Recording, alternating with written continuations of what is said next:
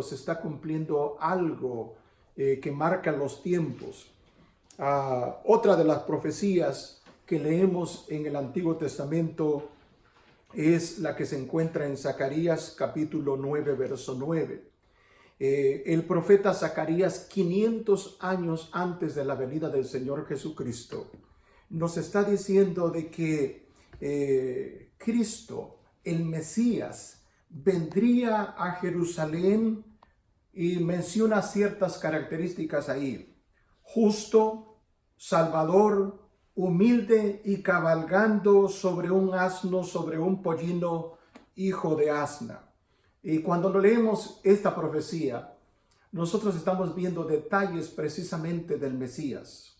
Un Mesías justo, un Mesías salvador y un Mesías humilde. Y cuando leemos esta palabra del profeta Zacarías, inspirada por el Espíritu Santo, mucho tiempo antes de que viniese el Salvador, nos da detalles específicos. Y uno de los detalles que queremos hacer notar en esta ocasión es que el Señor o el Rey entraría a Jerusalén montado en un pollino, montado en un burrito, hijo de una asna, un animal de carga. Esto es lo que se está desenvolviendo. Este es el tiempo donde en sí estas dos profecías que les he mencionado se están llevando a cabo literalmente hace 2000 años. Y cuando el Señor Jesús al final de su ministerio iba para Jerusalén, donde él sabía de que solamente le quedaban ciertos días, es decir, 7, la última semana de su vida, y que entraría a esa ciudad precisamente con el propósito de entregar su vida para perdón de los pecados de toda la humanidad entera. Al entrar entonces en Jerusalén, era necesario de que él cumpliese con todo lo profetizado. Y esta profecía de Zacarías última que leí, precisamente tiene que ver con lo que es que en el cuadro entra un burrito, un pollino. Y dice en su palabra de que manda a 2 de sus discípulos para que vayan a la aldea cercana. Y ellos encontrarían precisamente un burrito. Y que si alguien les dijera algo, ¿por qué lo están desatando? Que le dijeran, es que el Señor lo necesita. Además de rey, el Señor Jesucristo muestra su señorío por sobre todos los habitantes de la tierra para hacer lo que Él desea hacer. No solamente eso, para todas las posesiones que los habitantes de la tierra tuviesen, pero aún más, para inclusive también mostrar su señorío sobre todos los animales de la tierra y todas las cosas existentes. Así que los discípulos, sirviendo al Maestro y obedientes a su mandato, van y encuentran precisamente como Él les dice, encuentran un burrito y empiezan a desatarlo, y los que estaban ahí presentes quizá eran familiares, quizá eran los dueños de este animalito, les mencionaron o les dijeron, ¿por qué están desatando al animal? Ellos le dijeron, porque el Señor lo necesita. Y ellos automáticamente se fueron con el animalito, diciéndoles también que lo devolvería después. Entonces el animal, el burrito, tiene mucho que enseñarnos para que nosotros entendamos un poquito acerca de esta señal que el profeta Zacarías estaba mencionando. Ahora Lucas lo está trayendo para nosotros. Es de que en los tiempos antiguos los emperadores, los conquistadores entraban a la ciudad donde iba a ser conquistada, entraban con corceles, entraban con caballos elegantes. Los reyes, sin embargo, los reyes de Israel usaban burros y sus dignatarios usaban burros también porque era un símbolo de paz. El burro era un símbolo de paz que el gobernante usaba para entrar precisamente en la ciudad. Cuando nosotros leemos la escritura, nosotros podemos ver también de que el rey Salomón, cuando fue instituido rey, él usó una mula para que la montara y que entrara a la ciudad como rey. Pero cuando se usa este animal, tiene que ver con varias características de este animalito. El animalito es noble, podemos decir, es un animal de carga, pero simboliza la paz en sí. Era un animal de paz y lo que el rey estaba diciéndole a la ciudad es de que él traía la paz, él traía la bendición para esa ciudad, ¿verdad? Entonces los reyes de Israel usaban precisamente eso y era una buena costumbre para que ellos entraran de esa forma. Otro de los simbolismos de el pollino o el burrito es de que era un animal de servicio. Y podemos hacer notar de que el Señor Jesucristo dijo que Él no vino para ser servido, sino para servir y para dar su vida en rescate por muchos. Todo esto es simbolismo de que está usando el Señor Jesucristo al entrar a la ciudad de Jerusalén. Pero también el burrito, notemos aquí lo que dice el evangelista Lucas. El burrito tiene un símbolo sagrado. Dice, y hace notar Lucas, dice, este pollino va a estar atado y ningún hombre jamás lo ha montado. Eso simboliza también lo que es el carácter sagrado de este animalito. Las cosas en sí que Dios usa son dedicadas solamente para Él. En lo que es las costumbres del pueblo judío, los reyes usaban los burros y los animales de carga para ellos, y lo que ellos usaban nadie más los podía tocar en sí, nadie más los podía montar. Y este es uno de los del carácter sagrado que tiene este animalito, que jamás había montado un hombre a este animal. Era un animal no manso, ¿verdad? Y que iba a ser traído para que se cumpliese precisamente la profecía del profeta Zacarías, allá unos 500 años antes de que viniese el Señor Jesucristo. Todo esto era muy conocido por el pueblo de Israel.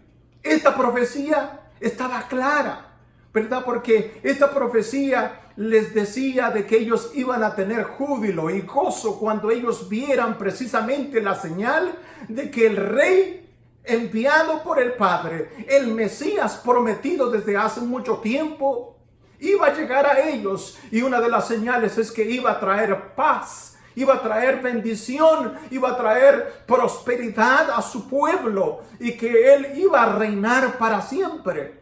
Esto lo está cumpliendo el Señor Jesús después de su ministerio de más o menos 3 años. Viene con el animalito entonces, y una de las cosas que se da en la segunda parte del pasaje que estamos tocando es en el verso 33. Y dice, y lo trajeron a Jesús, y habiendo echado sus mantos sobre el pollino, subieron a Jesús encima, y a su paso tendían sus mantos por el camino. Cuando llegaban ya cerca de la bajada del monte de los olivos, toda la multitud de los discípulos gozándose comenzó a alabar a Dios a grandes voces por todas las maravillas que habían visto, diciendo, bendito el Rey que viene en el nombre del Señor, paz en el cielo y gloria en las alturas. Entonces algunos de los fariseos de entre la multitud le dijeron, Maestro, reprende a tus discípulos. Él respondiendo les dijo, os digo que si estos callaran, las piedras clamarían. Esta es la segunda parte en sí de lo que es este pasaje de San Lucas, capítulo 19, en la entrada triunfal del rey a Jerusalén. Este pasaje tiene que ver con lo que es la respuesta de los discípulos y de las grandes multitudes que seguían al Señor Jesús. Esta era una procesión de entrada, de entendimiento, de aclamación y también de alabanza al rey que venía a la ciudad para libertar precisamente al pueblo de Israel. Lo que los discípulos hicieron es de que se quitaron sus mantos. Una de las connotaciones que podemos hacer notar es que algunos de los reyes en el Antiguo Testamento usaban este tipo de procesión. Los habitantes daban la bienvenida al rey poniendo sus mantos para que él pasara sobre sus mantos. Y como muchos quizá de ellos no tenían mantos, entonces cortaban ramas de árboles y los ponían un tipo de alfombra para que diesen la bienvenida precisamente al personaje que iba a tomar control de una nación entera, en este caso de la nación de Israel. Pero una de las connotaciones hermosas de este corto pasaje aquí se encuentra en el libro de los Salmos. Y quiero hacer notar precisamente eso. En el libro de los Salmos, en el capítulo 118, es uno de los salmos mesiánicos que nos habla precisamente del gozo y del júbilo que iban a tener precisamente todo el pueblo de Israel, todos aquellos que habían visto las maravillas del Señor Jesús en todo su ministerio. Recordemos de que Él había dado vista a los ciegos, había levantado los paralíticos, había resucitado a los muertos. Muchos de los que iban en la procesión ahí habían visto el milagro de Lázaro siendo resucitado por el poder de Jesucristo. El ciego que había visto en Jericó era uno de los milagros que en sí estaba fresco antes de llegar a Jerusalén. Y toda esa multitud, dice Lucas, que alababan a Dios por todas las cosas que ellos habían visto. Claro que había un agradecimiento para esa procesión de multitud de gente que tenía fresco en sí las bondades del rey mesiánico que entraba precisamente en la ciudad capital, la ciudad de Jerusalén. Pero el Salmo 118, precisamente desde el verso 15 en adelante, dice ese salmo precioso. Ustedes pueden notarlo en sus casas y hacer referencia en sus corazones acerca de este salmo maravilloso. Dice: voz de júbilo y de salvación hay en las tiendas de los justos. La diestra de Jehová hace proezas, la diestra de Jehová es sublime, la diestra de Jehová hace valentías. Hay un júbilo, hay una aclamación de salvación en las moradas de aquellos que tienen la justicia del Padre. ¿Por qué? Porque el Señor les está brindando la salvación. Dice el verso 17: no moriré, sino que viviré y contaré las obras de Jah. Me castigó gravemente Jah, mas no me entregó a la muerte. Estas son las dificultades que a veces la humanidad pasa. A veces los hijos del Señor pasan en esta tierra. Pero inclusive cuando nosotros estamos en angustia y estamos en situaciones adversas y más allá de nuestras fuerzas, nosotros podemos clamar lo que menciona el salmista aquí en este texto: no moriré, sino que viviré y contaré las obras del Señor. Sin duda que me castigó gravemente el Señor, mas no me entregó a la muerte. Podemos hacer esa palabra nuestra en estos días. Si recibimos castigo de parte del Señor, podemos decir: me castigó gravemente el Señor, mas no me entregó a la muerte, precisamente para que mis labios proclamen el glorioso nombre del Señor y para que yo pueda contar sus maravillas. Sigue diciendo el siguiente texto: abridme las puertas de la justicia, entraré por ellas, alabaré a Jah. Esta es puerta de Jehová, por ella entrarán los justos. Y esta Este texto sin duda de que se está refiriendo a la puerta, porque el Señor Jesucristo menciona, dice, yo soy la puerta, el que por mí entrare será salvo. Sin duda de que el Señor está diciendo, no hay muchas puertas, hay solamente una, la que el Padre ha puesto para entrar por ella. El verso 21 dice, te alabaré porque me has oído y me fuiste por salvación.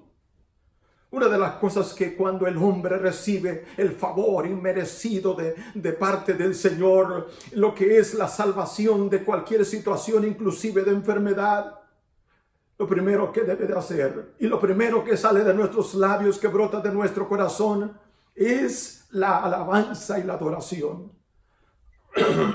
Perdón.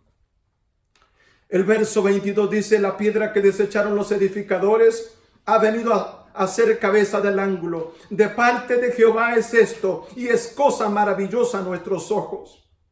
Este es el día que hizo Jehová. Nos gozaremos y alegraremos en él. Y nosotros nos alegramos, nosotros glorificamos el nombre del Señor, porque hoy tenemos fortaleza, hoy tenemos salud, hoy tenemos vida. Y si tenemos vida, podemos proclamar las obras del Señor. Nos gozaremos entonces en él. Oh Jehová, sálvanos, ahora te ruego. Esta es una de las connotaciones que no vemos en Lucas, pero que sí están marcadas precisamente en el Evangelio según San Mateo y en el Evangelio según San Marcos. La multitud aclamaba, Hosana. Y la palabra Hosana quiere decir, sálvanos, te rogamos. ¿Qué connotación más hermosa tiene esa palabra precisamente para nosotros, los que creemos, y la humanidad entera? Hosana. Que brote esa palabra de nuestro ser y de nuestro corazón. Que brote de nuestras células, para que podamos clamar al Señor y decir, Hosana, que significa, sálvanos, Señor. Sí, nuestros gobernantes no pueden con la crisis. Los expertos en salud no pueden con la crisis que estamos pasando. Pero, Señor, nosotros clamamos a ti, Hosana, sálvanos, te rogamos. Este salmo es sin duda maravilloso. Oh Jehová, sálvanos, ahora te ruego. Te ruego, oh Jehová, que nos hagas prosperar ahora. Y el verso 26 hace notar lo que la multitud, que bien conocía este salmo, decía y declaraba, bendito el que viene en el nombre de Jehová. Bendito el que viene en el nombre del Señor, el Hijo de David. Esta parte es demasiado importante. ¿Por qué? Porque tiene que ver precisamente con la alabanza y la adoración. El Señor también usa la palabra que mencioné en Zacarías capítulo 9, verso 9. El texto 9 empieza de esta forma. Alégrate mucho, hija de Sión, da voces de júbilo, hija de Jerusalén. He aquí tu rey vendrá a ti, justo y salvador, humilde y cabalgando sobre un asno, sobre un pollino, hijo de asna. Alégrate mucho. Esa profecía se estaba cumpliendo ahí. Aunque la ciudad estaba allá, en sí la multitud que estaba en procesión, unos delante y otros atrás del maestro montado en este burrito, que ponían sus mantos y cortaban las ramas de los árboles y la ponían para que él pasase encima de ellos. Había algo en sus corazones que se estaba cumpliendo. Ahí el Espíritu Santo se estaba moviendo para que el gozo que tenían en sus corazones, por ellos reconocer quién es el que iba precisamente ahí y que estaba marcando la historia. Alégrate mucho, hija de Sión, da voces de júbilo, hija de Jerusalén. Eso es lo que hacía la multitud. Toda esta palabra se estaba cumpliendo en ese día, hace 2000 años, cuando el Señor Jesús estaba entrando a Jerusalén. La tercera parte de este pasaje de la Escritura se encuentra en el verso 41 en adelante. que dice, y cuando llegó cerca de la ciudad, al verla lloró sobre ella, diciendo, oh, si también tú conocieses a lo menos en este tu día lo que es para tu paz, mas ahora está encubierto de tus ojos, porque vendrán días sobre ti cuando tus enemigos te rodearán con vallado y te sitiarán y por todas partes te estrecharán y te derribarán a tierra y a tus hijos dentro de ti, y no dejarán en ti piedra sobre piedra, por cuanto no conociste el tiempo de tu visitación. Esta es la la tercera parte y última de este pasaje de la Escritura. Una de las cosas que podemos notar aquí del evangelista Lucas es de que los sentimientos del Mesías, del Rey, imagínense, están aflorando ahí como también un ser humano. Él era 100% Dios, pero también 100% hombre.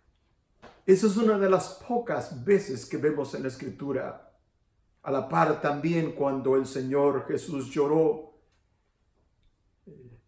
cuando Marta y María estaban en duelo por la muerte de su hermano Lázaro. Al verlas llorar, al ver el sentimiento y el duelo que estaban pasando, Él también lloró con ellos.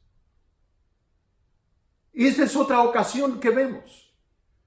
Cuando Él estaba cerca de la ciudad, vio la ciudad. Perdón, lo mismo que nosotros podemos ver cuando vamos entrando a una ciudad. ¿Cuánta gente? ¿Cuántos edificios? Todo el movimiento que se da dentro de la ciudad.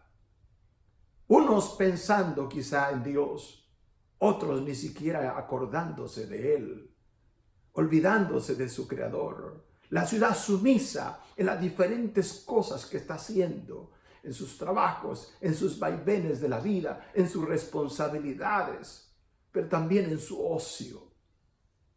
La ciudad ahí estaba cerca. Y dice el Señor Jesús que al verla lloró. Ahí estaba el príncipe de paz para entrar precisamente a una ciudad que lo necesitaba.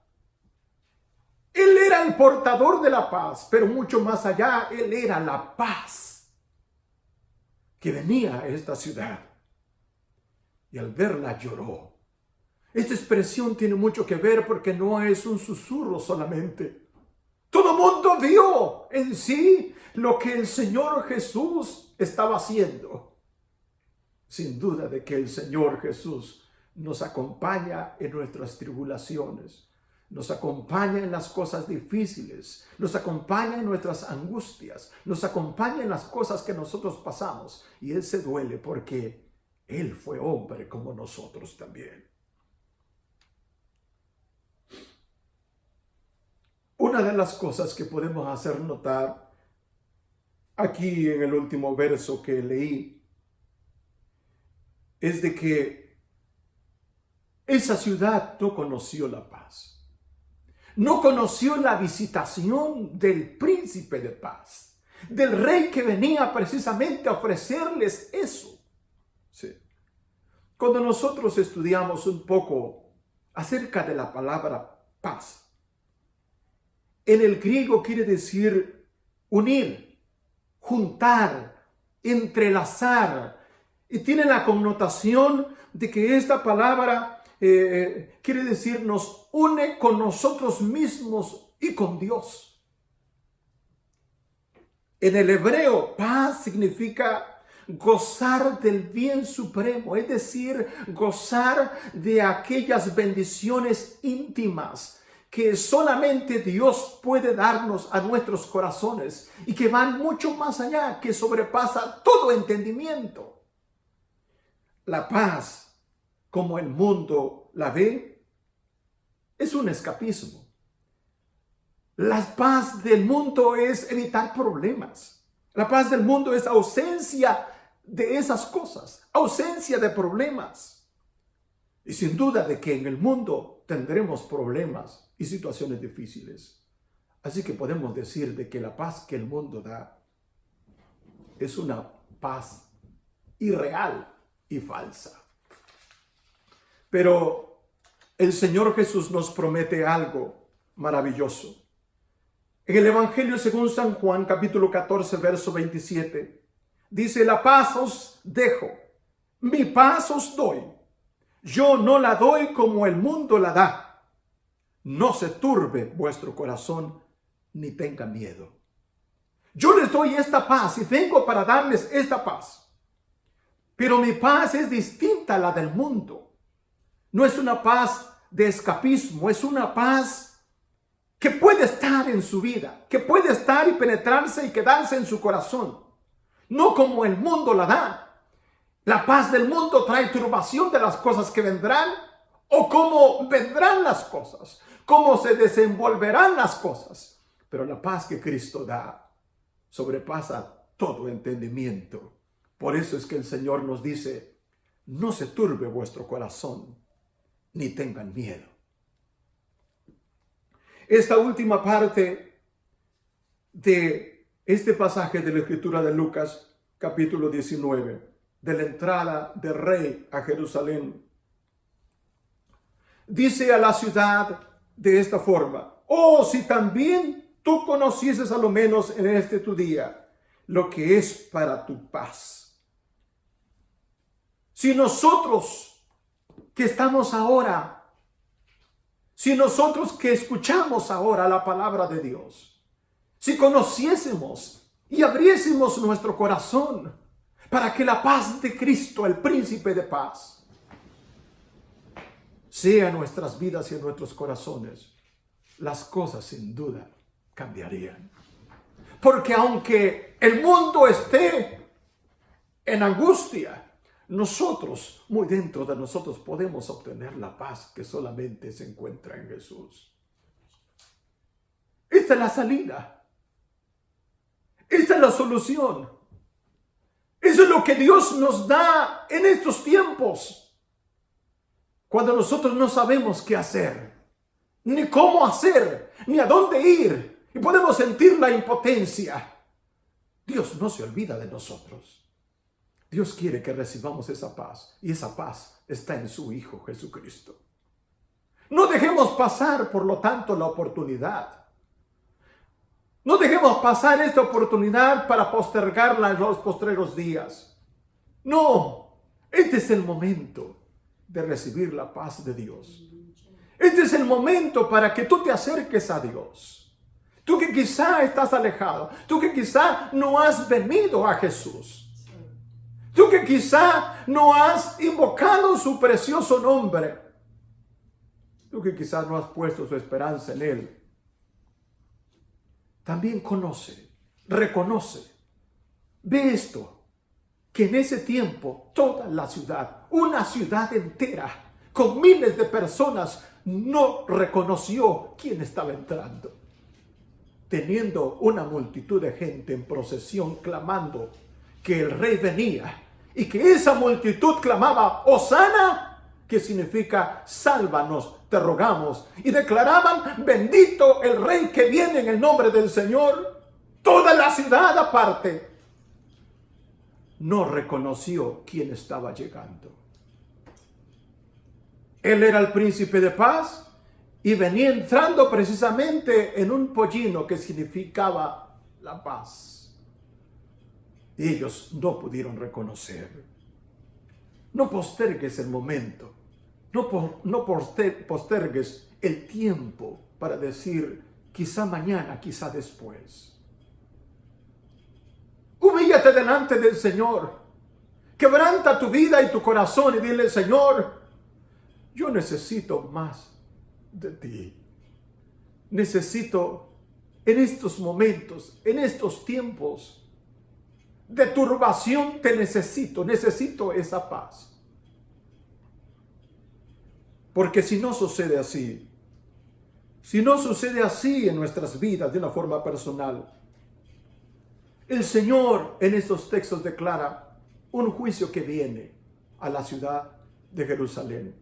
Y por la historia podemos nosotros constatar de que eso sucedió años después. Podemos decir que en el año 30, en el año 33 estaban sucediendo estas cosas. Y en el año 70, toda la ciudad entera estaba siendo destruida por los romanos. Y no quedó piedra sobre piedra, así como mencionó el Señor Jesucristo. ¿Por qué? Porque no reconocieron el tiempo de la visitación. No reconocieron el tiempo de la visitación de Dios.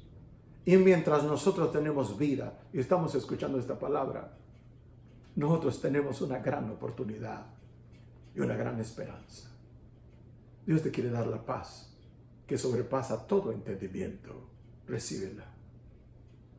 Oro por ti, Padre. Las vidas, los corazones que están viendo este mensaje, Señor. Yo te ruego, Señor,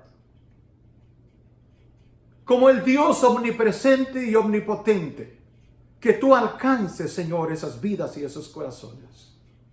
Y que el príncipe de paz venga a morar con ellos y les dé firmeza en estos tiempos de turbación.